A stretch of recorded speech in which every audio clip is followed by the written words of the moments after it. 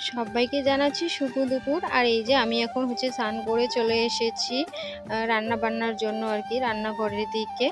তো সকাল থেকে অনেক কাজ করে অনেকটা বেশি হাঁপিয়ে গিয়েছিলাম। তো এখন রান্না করতে হবে আমাকে। আর এখন ওই বাজে তোমার 12:30টার মতো। তো আমার আজকে খুবই তাড়াহুড়ো করে রান্না করতে হচ্ছে। কি আর করব বলো? এই ছোট্ট সংসারে কিন্তু কাজ অনেক, সত্যিই বলতে গেলে। সংসারে মানুষ যত কম থাকুক বা বেশি থাকুক, কাজগুলো আমার মনে হয় একই। তবে কাজের ধরনটা সবার আলাদা থাকে। এতটুকুই আমি জানি। তো যাই হোক, এই যে সকাল থেকে অনেক কাজ করে নেওয়ার পর এখন তাড়াহুড়ো করে রান্না বসিয়েছি। তো অনেক ভাবনা চিন্তা করার পরেই ভাবলাম যে না, আজকে শর্টকাটে ডাল এবং আলুর ভাজিটা করে নেই।